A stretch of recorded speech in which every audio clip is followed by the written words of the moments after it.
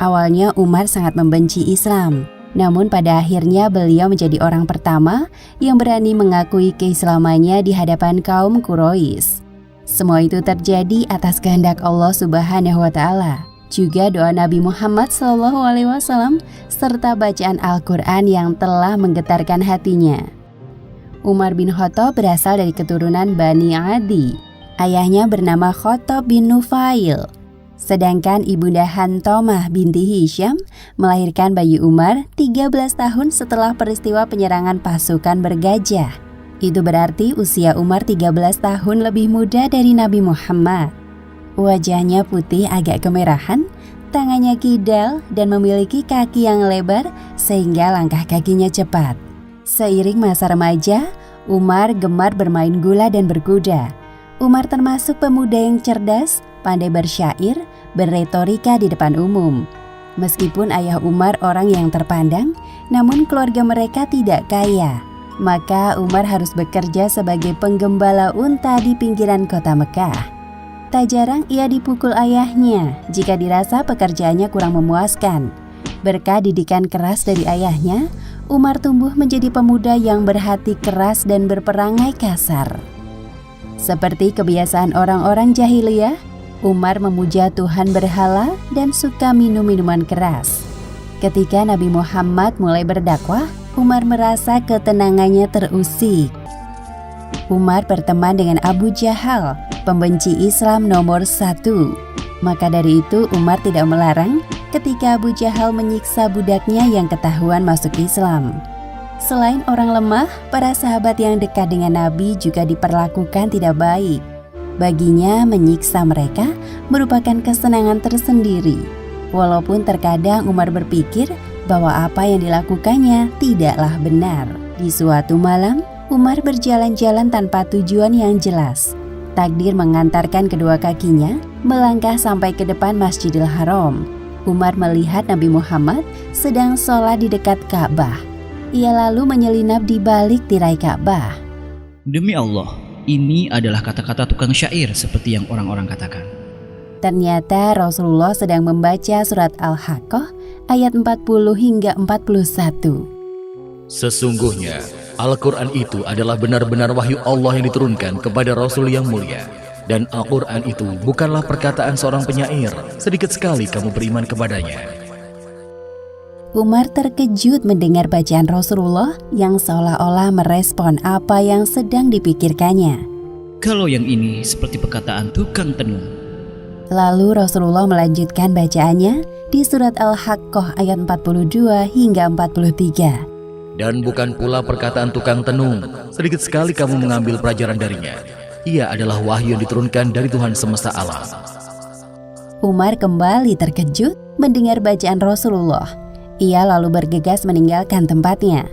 Melalui peristiwa itulah awal mula Islam menyusup ke relung hatinya. Namun kebencian terhadap Islam sudah terlalu besar. Fanatisme kesukuan dan ajaran nenek moyang terlalu kuat mencengkeramnya sampai ke ubun-ubun. Umar mengabaikan suara hati kecilnya untuk membenarkan tentang Islam. Dengan langkah kaki yang besar dan membawa kemarahan, Umar berniat menghabisi nyawa Rasulullah. Di tengah perjalanan, ia bertemu dengan Nu'aim bin Abdullah dari Bani Zuhrah. Wahai Umar, mau pergi kemana engkau dengan pedang di tanganmu itu? Aku akan menghabisi Muhammad.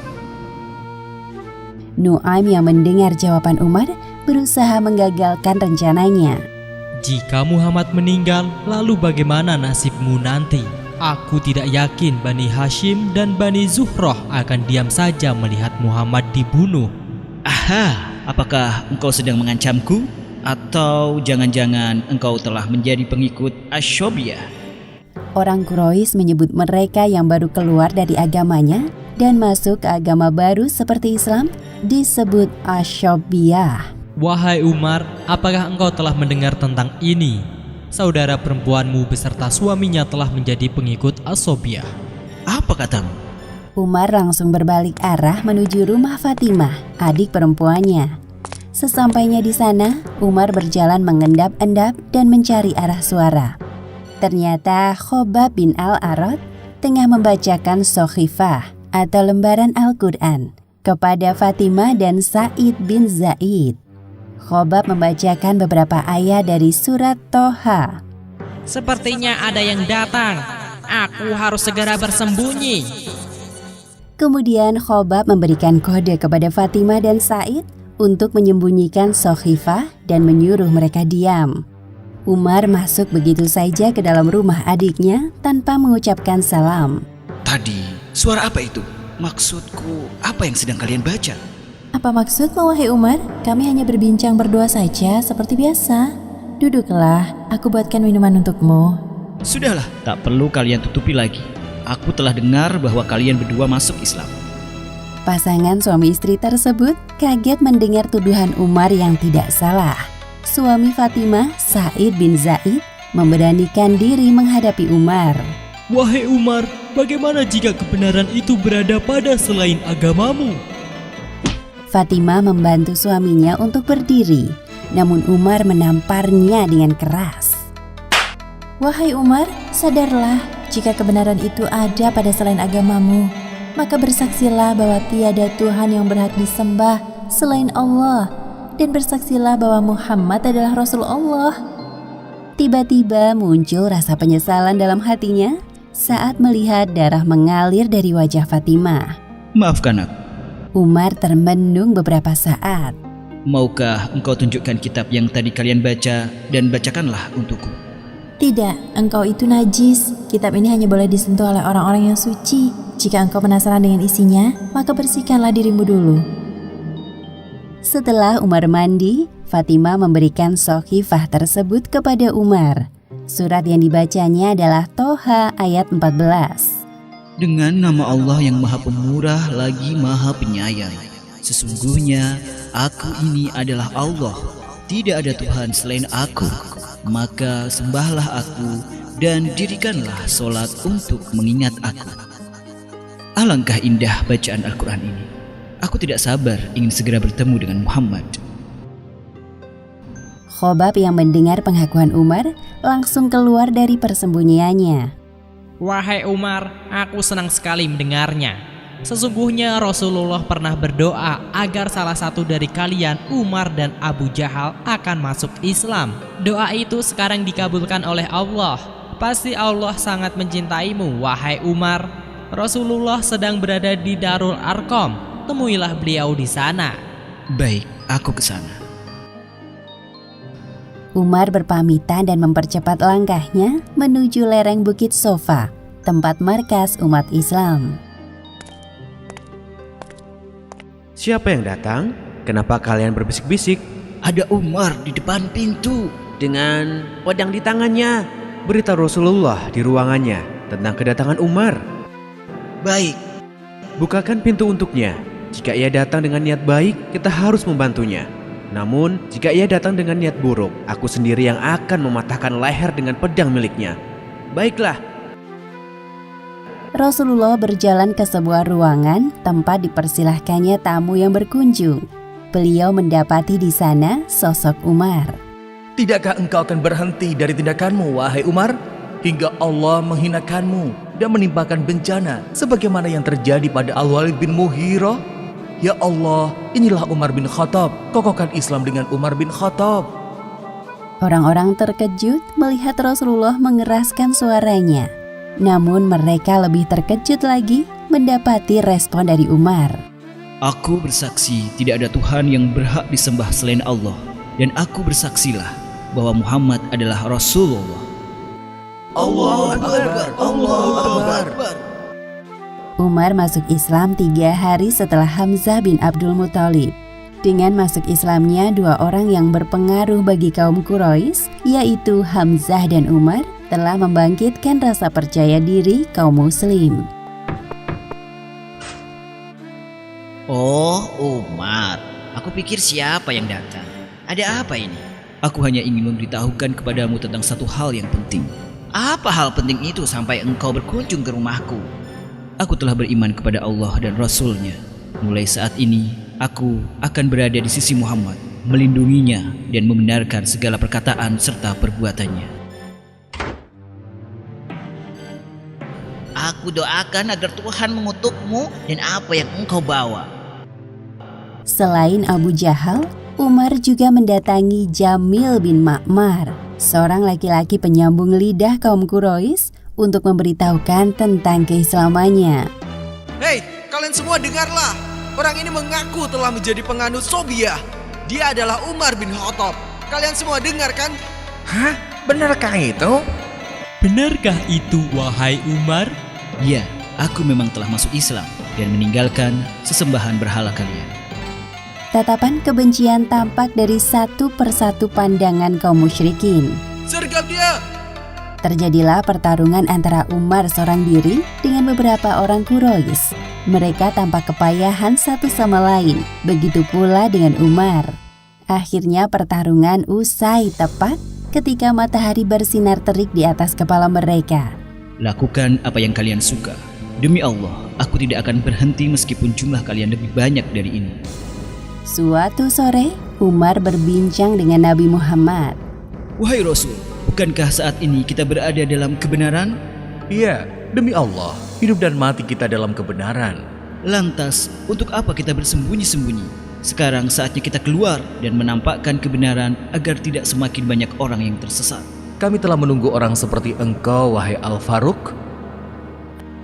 Rasulullah memberikan gelar kepada Umar bin Khattab dengan Al-Faruq, yang artinya pembeda. Umar mampu membedakan antara kafir dan iman dengan menunjukkan keislamannya. Sesungguhnya Allah Subhanahu wa Ta'ala telah menempatkan kebenaran di lisan dan hati Umar. Sekarang tidak ada lagi ketakutan untuk sholat di samping Ka'bah seperti dulu. Tidak ada lagi ancaman untuk duduk bermusyawarah di sekitar Ka'bah.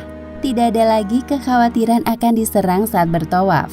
Serta kaum muslim tidak segan membalas apabila diperlakukan kasar oleh kaum musyrik.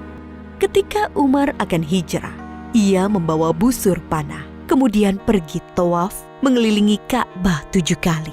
Lalu Umar dengan terang-terangan mendatangi kelompok-kelompok orang Quraisy seraya berkata, "Wahai wajah-wajah kusam, barang siapa ingin ibunya kehilangan anak, anaknya menjadi yatim dan istrinya menjadi janda, temui aku di belakang lembah." Dan tak seorang pun berani mengikutinya. Umar bin Khattab juga dikenal sebagai orang yang sangat lembut hatinya, sangat berhati-hati dalam tindakannya. Abdullah bin Abbas menjawab pertanyaan tentang siapa Umar bin Khattab. Ia laksana burung yang terbang dengan sangat hati-hati. Ia selalu memandang bahwa seluruh jalan yang akan dilalui penuh dengan perangkap dan jebakan yang akan menjauhkannya dari Allah Subhanahu wa Ta'ala.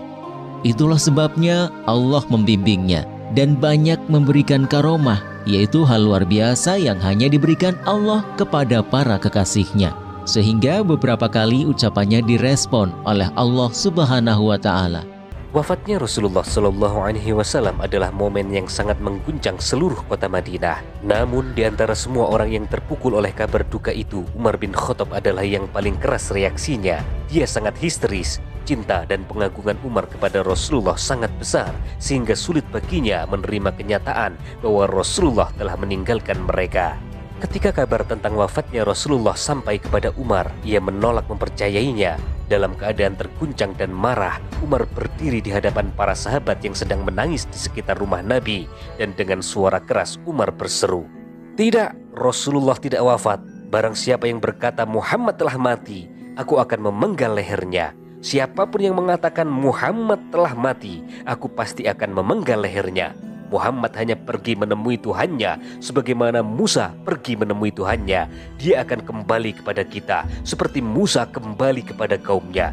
Barang siapa berkata bahwa Muhammad telah wafat, maka ia adalah seorang pendusta." Setelah berkata demikian, Umar kemudian menghunus pedangnya. Matanya dipenuhi amarah dan kesedihan. Para sahabat yang juga diliputi duka, mereka terdiam. Mereka tidak tahu harus berbuat apa, karena mereka sendiri masih merasakan keterkejutan atas wafatnya Nabi yang sangat mereka cintai. Sampai pada suatu masa, Rasulullah SAW wafat, dan dipilihlah Abu Bakar As-Siddiq sebagai khalifah kaum muslimin. Semasa kekhalifahan Abu Bakar, Umar terus memberikan kontribusi besar untuk Islam. Salah satunya, Umar mengusulkan pembukuan Al-Quran. Hal tersebut dikarenakan kekhawatiran beliau atas banyaknya penghafal Al-Quran yang syahid di medan perang. Ketika Khalifah Abu Bakar jatuh sakit dan merasa hidupnya tidak akan lama lagi, beliau memanggil para sahabat untuk bermusyawarah mencari pengganti beliau sebagai khalifah. Para sahabat pun berat memilih siapa yang pantas menjadi khalifah sepeninggal Abu Bakar As-Siddiq. Mereka pun kembali menghadap Khalifah Abu Bakar dan menyerahkan sepenuhnya pilihan kepada beliau. Dengan pertimbangan yang matang, Abu Bakar pun memilih dan mengangkat Umar ibnul Khattab sebagai penggantinya ketika beliau telah wafat. Abu Bakar berkata, "Sesungguhnya aku menggantikan pimpinan kalian itu kepada Umar ibnul Khattab. Maka dengar dan taatilah dia. Aku tidak memilihnya berdasarkan hawa nafsuku. Aku memilihnya karena Allah dan Rasulnya dan untuk kebaikan umat muslim. Jika dia berbuat adil, maka itu adalah prasangka baikku. Jika tidak, maka setiap orang akan menanggung dosa perbuatannya. Hanya kebaikan yang aku harapkan dari dia, dan aku tidak mengetahui perkara gaib. Dan akan diketahui siapa yang berbuat zalim nanti di hari bumi dibolak-balikan. Wassalamualaikum warahmatullahi wabarakatuh." Itulah sepenggal surat pengangkatan Umar oleh Abu Bakar. Sepeninggal Abu Bakar As-Siddiq, Umar bin Khattab menyampaikan pidato kenegaraan di hadapan kaum muslimin. Sayyidina Umar mengawali pidatonya dengan mengucapkan hamdalah, salawat, dan memaparkan beberapa jasa Sayyidina Abu Bakar. Setelah itu, dia baru menyampaikan pidato intinya. Beliau berkata, "Saudara-saudara, aku hanya salah seorang dari kalian. Kalau tidak karena segan menolak tawaran Khalifah Rasulullah Abu Bakar As-Siddiq, aku pun enggan untuk memikul tanggung jawab ini. Allahumma ya Allah, aku ini sungguh keras, kasar, maka lunakkanlah hatiku. Allahumma ya Allah, aku sangat lemah, maka berikanlah kekuatan. Allahumma ya Allah, aku ini kikir, jadikanlah aku orang yang dermawan bermurah hati." Tiba-tiba Umar bin Khattab berhenti sejenak. Setelah orang-orang lebih tenang, beliau melanjutkan pidatonya. "Allah telah menguji kalian denganku dan mengujiku dengan kalian. Sepeninggal sahabat-sahabatku, sekarang aku yang berada di tengah-tengah kalian. Tidak ada persoalan kalian yang harus aku hadapi lalu diwakilkan kepada orang lain selainku. Dan tak ada yang tak hadir di sini lalu meninggalkan perbuatan terpuji dan amanah. Kalau mereka berbuat baik, maka akan aku balas dengan kebaikan. Tetapi kalau melakukan kejahatan, terimalah bencana yang akan kutimpakan kepada mereka." Keberanian Umar bin Khattab melahirkan banyak kemenangan bagi Islam di beberapa medan pertempuran, termasuk penaklukan Yerusalem yang berakhir tanpa pertumpahan darah. Sebagai khalifah, Umar bin Khattab memimpin dengan keadilan dan kesederhanaan. Ia memastikan setiap rakyatnya mendapatkan hak yang adil. Kisah perjalanan hidup Umar bin Khattab adalah perjalanan yang luar biasa dari kebencian menuju cinta yang mendalam kepada Islam. Sebuah cerita tentang kekuatan, pengorbanan, dan keteguhan yang tidak hanya mengubah sejarah, tetapi juga hati setiap orang yang mendengarnya.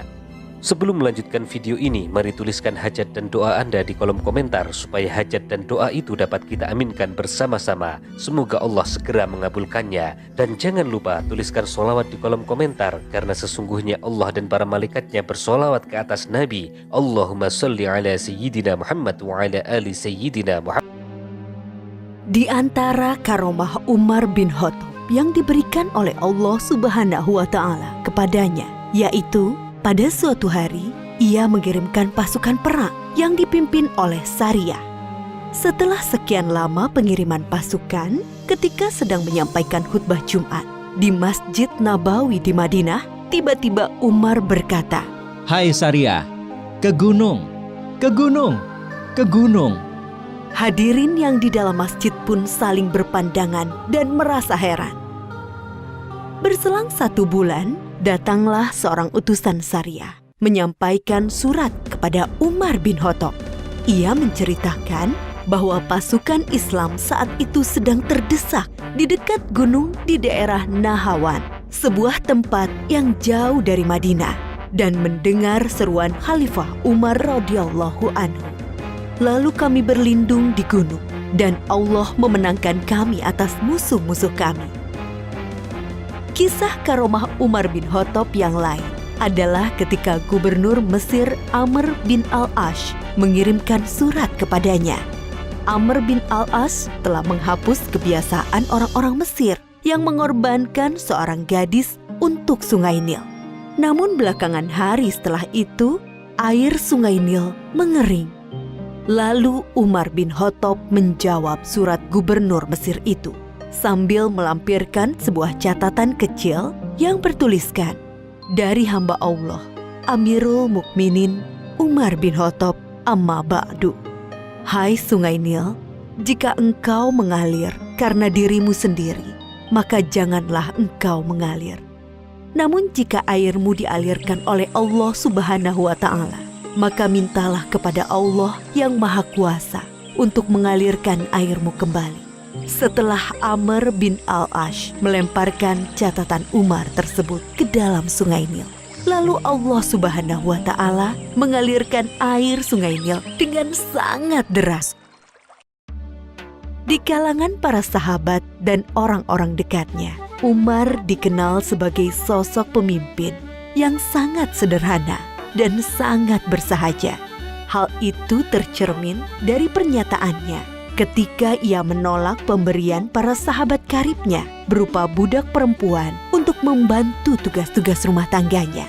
Umar berkata, Tidak pantas Amirul Mukminin memiliki seorang budak perempuan. Itu tidak halal baginya. Sesungguhnya ia adalah harta milik Allah. Tidak ada harta Allah yang halal bagi Umar, selain 2 setel pakaian.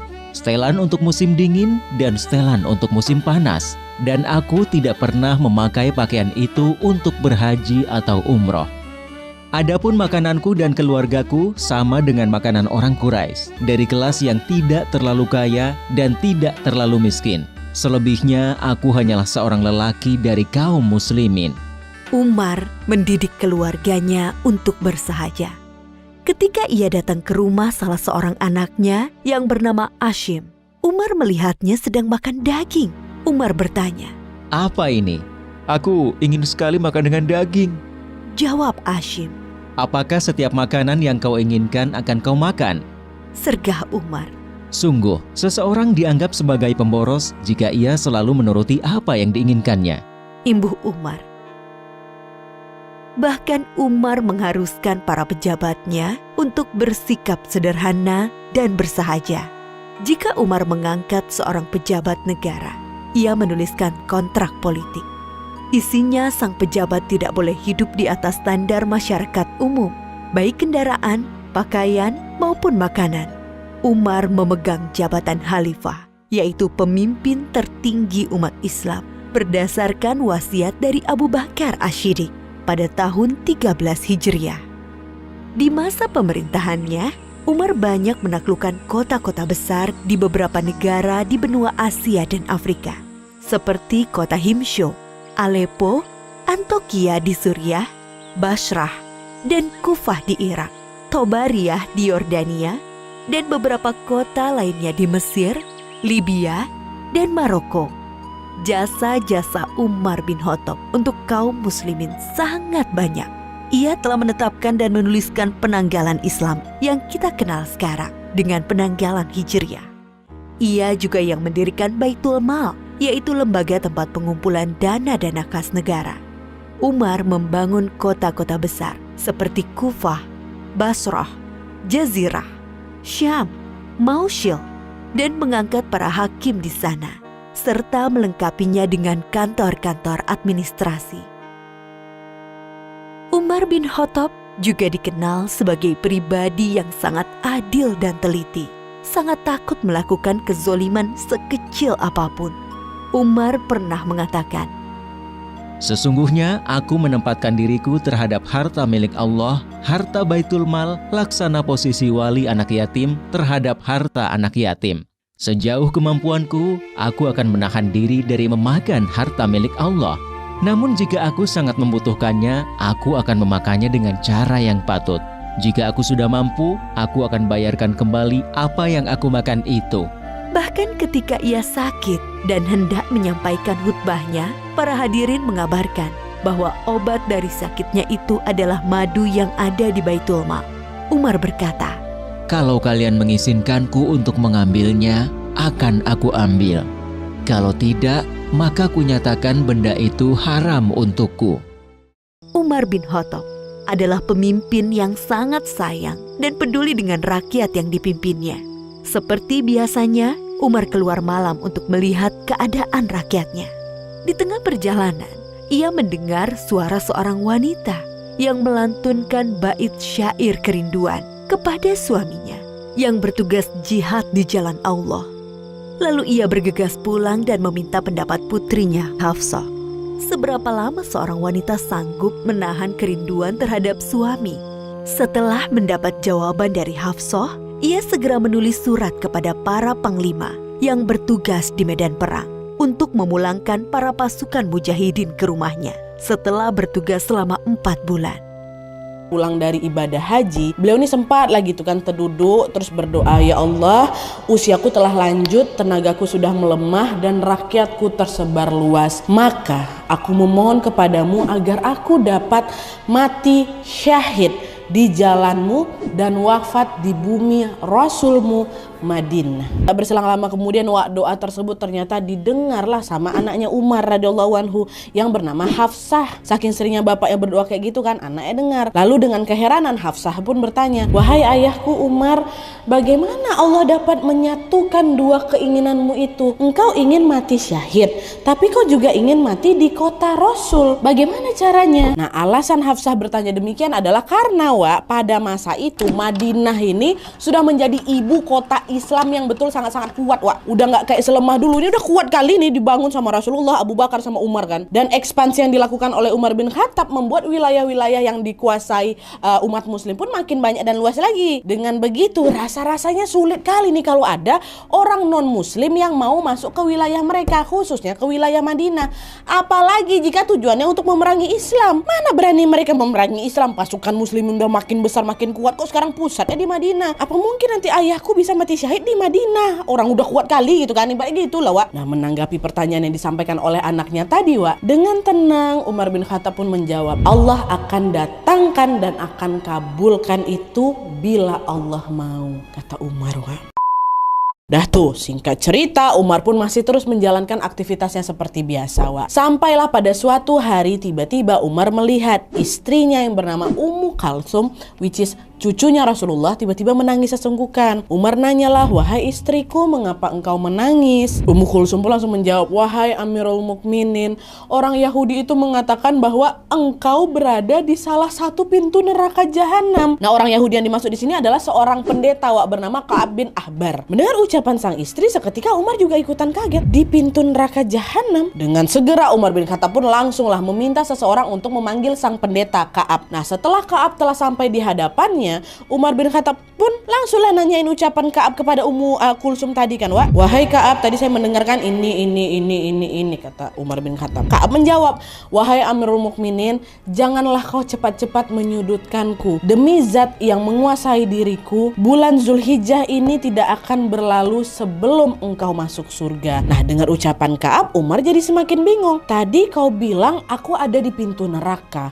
lalu sekarang kau bilang aku ada di surga. Bagaimana maksudnya? Kata Umar kan. Ka'ab bilang lagi, demi zat yang sudah menguasai diriku, aku benar-benar menjumpaimu di dalam kitab Allah bahwa engkau berada pada salah satu pintu neraka jahanam. Tapi engkau di sana tidak lain adalah untuk mencegah manusia supaya tidak terjerumus di dalamnya. Oh alah. Jadi ternyata itu maksud dari ucapannya Ka'ab, bukan Umar bin Khattab masuk neraka jahanam, tapi beliau malah menjaga pintu neraka itu supaya tidak ada orang-orang muslim yang masuk ke sana. Dan setelah Umar mengetahui maksud dari ucapan itu, Umar bin Khattab pun membolehkan Ka'ab pulang. Tapi beberapa hari kemudian Ka'ab ini tiba-tiba datang lagi menemui Umar. Dia bilang, wahai Amirul Mukminin, aku mengetahui bahwa engkau akan menjadi jenazah pada 3 hari yang akan datang, kata Ka'ab. Umar jawab, dari manakah engkau mengetahuinya? Dari kitab Allah, Taurat, kata Ka'ab. Kau menemukan Umar di dalam Taurat? Ka'ab jawab, tentu saja tidak. Tapi aku menjumpai seseorang dengan sifat dan ciri fisik yang sama sepertimu wahai Umar. Dan dari situlah aku tahu kalau ajalmu akan segera tiba. Dan di momen setelah Ka'ab mengatakan hal tersebut, Wak, sebenarnya kondisi fisik Umar bin Khattab ini dalam keadaan baik-baik aja, sehat walafiat. Tapi anehnya, Wak, keesokan harinya, kan hari pertama Ka'ab bilang nih, keesokan harinya Ka'ab datang lagi menemui Umar dan juga berkata hal yang sama. Wahai Umar, 1 hari telah berlalu dan kini tinggal 2 hari lagi. Besoknya datang lagi Ka'ab dan berkata hal yang sama. Wahai Umar, 2 hari sudah berlalu dan tinggal 1 hari 1 malam lagi. Dan lalu besoknya, Wak, di hari ketiga, ya, tanpa diduga-duga sebuah peristiwa yang tiba-tiba pun menimpa Umar. Umar bin Khattab selalu berdoa apa? Bahwa beliau ingin mati syahid dan juga matinya di Madinah, ya kan? Ternyata memang betul, Wak, Allah Subhanahu wa taala mengabulkan doanya. Jadi ceritanya nih, ini mundur nih, Wak, ya. Jadi ceritanya pada masa itu adalah ini seorang gubernur yang bernama Mughirah ditunjuk sama Umar untuk memimpin suatu wilayah di Irak. Lalu tiba-tiba gubernur ini, Mughirah ini, mengirim suratlah kepada Umar bin Khattab yang isinya kurang lebih kayak gini. Wahai Amirul Mukminin, aku memiliki seorang budak bernama Abu Lukluk. Ingat, bernama Abu Lukluk. Dia sangat mahir dalam membuat senjata pedang, perisai, dan dia juga bisa membuat alat yang dapat mengalirkan air. Orang ini pintar sekali wahai Amirul Mukminin. Tolonglah izinkan dia untuk masuk ke Madinah. Umar mendapatkan surat itu dan informasi tersebut. Tapi terlepas dari kepandaian dan juga keahlian yang Abu Lukluk ini punya, ternyata Umar mengetahui Abu Lukluk ini bukanlah orang yang memeluk agama Islam. Dan pada masa itu Umar bin Khattab ini memiliki aturan yang sangat-sangat ketat, yaitu orang-orang non-Islam dilarang masuk ke dalam Madinah. Nah, karena itulah dengan tegas Umar pun menolak permintaan Mughirah di dalam surat itu. Ditolak, nggak bisa, dia bukan Islam gitu kan. Nah, tapi ternyata penolakan Umar bin Khattab itu tidak membuat Mughirah menyerah. Dia masih tuh terus mendesak Umar untuk memperbolehkan budaknya Abu Lukluk ini masuk ke dalam Madinah. Aku nggak menemukan informasi tentang kenapa Mughirah ini kekali betul-betul pengen Abu Lukluk masuk Madinah, Wak. Tapi yang jelas memang inilah yang terjadi. Abu Lukluk neken terus Umar supaya budaknya yang namanya Abu Lukluk ini bisa masuk. Dan akhirnya setelah didesak berkali-kali, Umar bin Khattab pun kemudian mengizinkan Abu Lukluk ini datang ke Madinah. Ya, dah tuh singkat cerita Abu Lukluk pun sampailah ke Madinah. Dan tidak berselang lama kemudian Abu Lukluk ini tiba-tiba datang nih menemui Umar bin Khattab untuk mengadukan perbuatan Mughirah sang majikan kepada dia. Ngadu dia, dengan kesal dia bilang, wahai Amirul Mukminin, selama ini Mughirah telah menyiksa saya. Setiap hari dari hasil kerja saya, dia selalu minta pajak sama saya sebesar 100 dirham. Ya Umar. Nah, dengar hal tersebut Umar bin Khattab bijaksana, Wak. Beliau bertanya kembali tentang berapa jumlah penghasilanmu setiap harinya wahai Abu Lukluk. Nah, di sanalah diketahui ternyata dalam sehari Abu Lukluk ini bisa mendapatkan ribuan dirham. Tentu itu jumlah yang jauh lebih besar daripada pajak yang memang diminta sama Mughirah sang majikan. Akhirnya Umar bin Khattab mengatakan, dibandingkan penghasilanmu, pajakmu 100 dirham itu tidak terlalu besar. Maka bertakwalah kepada Allah Subhanahu wa taala dan berbuat baiklah pada majikanmu, kata Umar. Nah, dengar jawaban Umar bin Khattab kayak gitu tanpa diduga-duga, ternyata Abu Lukluk jadi sakit hati kali, Wak. Dia marah sama Umar bin Khattab karena dia merasa Umar ini yang memang terkenal bijak tidak mau membelanya. Sakit hati kali dia dengar ucapan kayak gitu, seolah-olah nggak di backup gitu lah sama pemimpinnya. Padahal kan emang kayak gitu, orang kok dapat duitnya besar kok, dan dia pun masih jadi budak gitu loh, Wak. Pada masa itu kan budak ini memang dipajak-pajaki. Nah, sampai Wak pada suatu hari ketika Abu Lukluk ini berpapasan dengan Umar bin Khattab, di situ Umar nanya, wahai Abu Lukluk, bukankah engkau pernah berkata bahwa engkau akan membuat alat penggilingan yang memang bisa digerakkan oleh angin? Kan itu kan yang dibilang sama Mughirah untuk mempromosikan dia bisa membuat teknologi untuk bisa mengalirkan air. Nah, inilah yang dimaksud sama Umar bin Khattab. Ditagih sama Umar. Mendengar pertanyaan Umar, kalian tahu, Wak, tanpa diduga-duga dengan sinisnya Abu Lukluk ini menjawab, sesungguhnya aku sudah menyiapkan sesuatu untukmu wahai Umar. Aku sudah menyiapkan sesuatu yang tidak akan pernah dilupakan oleh seluruh umat muslim. Dengar itu Umar terdiam, Wak. Dah pergi langsung Lukluk nih. Nah, kala itu Umar bin Khattab datang bersama seorang sahabat nih, Wak, waktu jalan berdua tuh kan. Waktu Lukluk pergi, Umar bin Khattab langsung menatap sang sahabat ini dan beliau bertanya, apakah Abu Lukluk tadi sedang mengancamku wahai sahabatku? Umar aja nggak kayak, anak ini ngancam aku nih. Dan sesuai dengan dugaan Umar, ternyata pada saat itu Abu Lukluk memang sedang menyiapkan sesuatu untuknya. Karena rupanya di saat yang bersamaan Abu Lukluk sedang membuat sebuah pisau yang sangat kuat, sangat tajam, dan juga sangat tebal. Dia sempat memperlihatkan pisau buatannya itu ke seseorang dan berkata, bagaimana pendapatmu tentang pisau ini? Orang ditanyain langsung jawab apa? Tidaklah engkau menebasnya kepada seseorang kecuali dia pasti akan tewas. Udah mantap kali nih, yang kena ini pasti bakal mati, kata si orang ditanya nih kan. Nah, setelah memastikan pisaunya ini sudah siap, Abu Lukluk pun bersiap untuk melaksanakan rencana selanjutnya. Dan inilah dia peristiwa tragis yang aku sebutkan di awal tadi, yang hari kejadiannya sudah lebih dulu diprediksikan oleh seorang pendeta Yahudi bernama Ka'ab. Ya. Umar bin Khattab meninggal pada tahun 23 Hijriah ketika hendak memimpin sholat subuh. Ia ditikam oleh seorang budak Majusi dari Persia yang merasa diperlakukan tidak adil dan dendam dengan Umar. Ia bernama Abu Lu'lu'ah.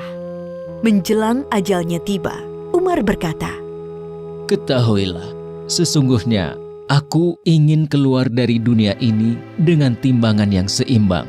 Tidak terlalu memberatkanku dan juga tidak terlalu meringankanku.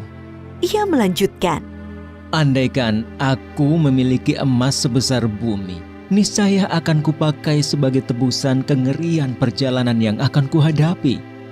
Adapun persoalan khalifah, kuperintahkan agar dimusyawarahkan oleh Utsman bin Affan, Ali bin Abi Thalib, Zubair bin Awam, Abdurrahman bin Auf, Sa'ad bin Abi Waqqas, dan Tolhah bin Ubaidillah. Yang akhirnya mengerucut kepada terpilihnya Utsman bin Affan. Umar juga memerintahkan putranya yang bernama Abdullah untuk memeriksa hutang-hutangnya dan berpesan, Kalau kekayaan harta keluarga Umar cukup untuk membayarnya, maka bayarlah dari harta mereka.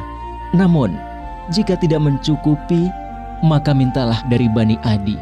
Kalau masih tidak mencukupi, maka mintalah dari orang-orang Quraisy.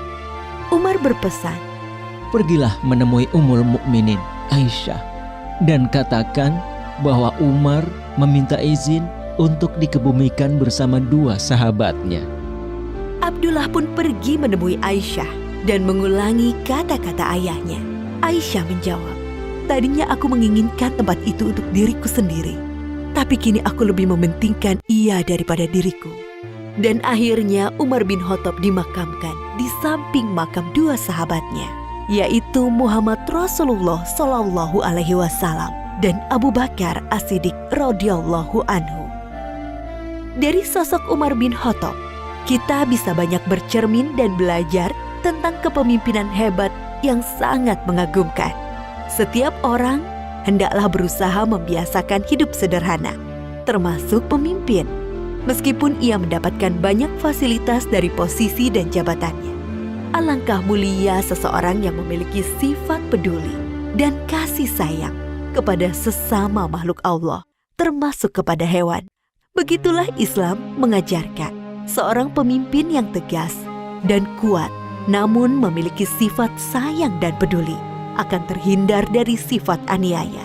Kemuliaan hidup tidak selalu hadir dari kedudukan seseorang, tidak pula ketenarannya. Seringkali kemuliaan hidup lahir dari sifat rendah hatinya, sikap kehati-hatiannya, sikap pembelaannya kepada yang lemah, juga dari karya nyata yang dapat dimanfaatkan orang banyak di sekitarnya.